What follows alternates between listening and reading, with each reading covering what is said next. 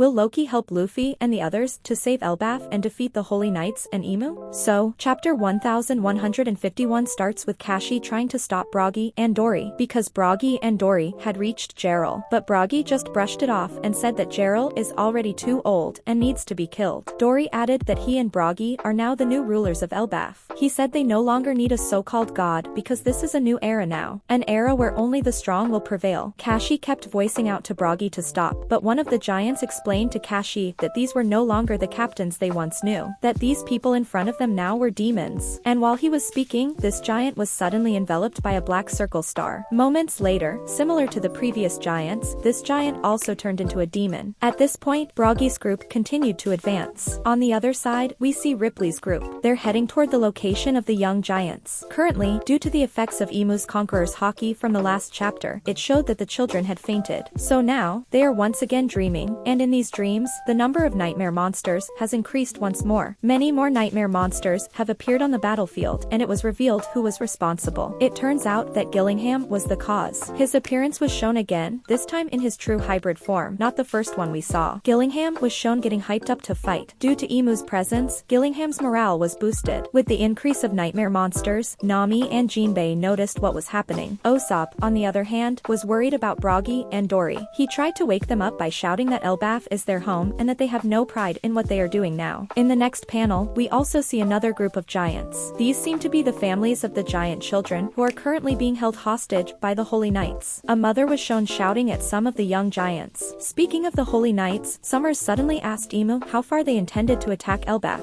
Emu's only reply was, until they break. Summers then asked, what exactly are we breaking? Emu simply replied, the spirit of all of Elbaf. Basically, Emu aims to break the spirit they have. Emu added that if King Harold hadn't failed during his time, Elbaf wouldn't be experiencing such suffering now. In the next panel, we suddenly see a flashback. A flashback to a few minutes earlier, when Scapper Gaban fell into the underworld. This fall was witnessed by Chopper, who followed him down. Chopper really wants to save Scapper Gaban, and eventually, he managed to grab Gaban and turned himself into guard point. In the middle of this event, Harridan and Loki were shown arguing about their deceased father, King Harold. Then, Luffy noticed that Chopper had fallen. When Loki heard this, he confirmed that someone had indeed fallen from above. Luffy added that Chopper wasn't alone, someone else had fallen with him. Based on Sanji's hunch, he suspected that something bad must be happening above, which is why Chopper fell, so they went to investigate. The only ones left behind were Gerd, Goldberg, and, of course, Loki, who was still in chains. Suddenly, someone called Loki through his Den Moshi. It was Mosa. At first, Loki brushed Mosa off, saying he was busy, but Mosa said this would be quick and proceeded to speak. He said he might not be able to use his Den Moshi anymore and that they might not be able to talk again. When Loki heard this, he became worried, and Mosa thanked him for all the times they talked. Loki, not understanding what was happening to Mosa, got angry, but Mosa didn't hear Loki's anger because Mosa suddenly ended the call. This scene was witnessed by Gerd. She was surprised that Loki had a friend and said it was a good thing for him. In the next panel, Luffy's group had returned to Loki's location. They were now carrying the injured Scapper Gaban. Luffy thanked Chopper for saving Gaban, which made Chopper happy. Then Luffy learned the full truth, that Scapper Gaban was once a crewmate of Roger during his voyage. Harridan added that Gaban was one of the wings of the former pirate king, meaning he was probably the third strongest in Roger's crew.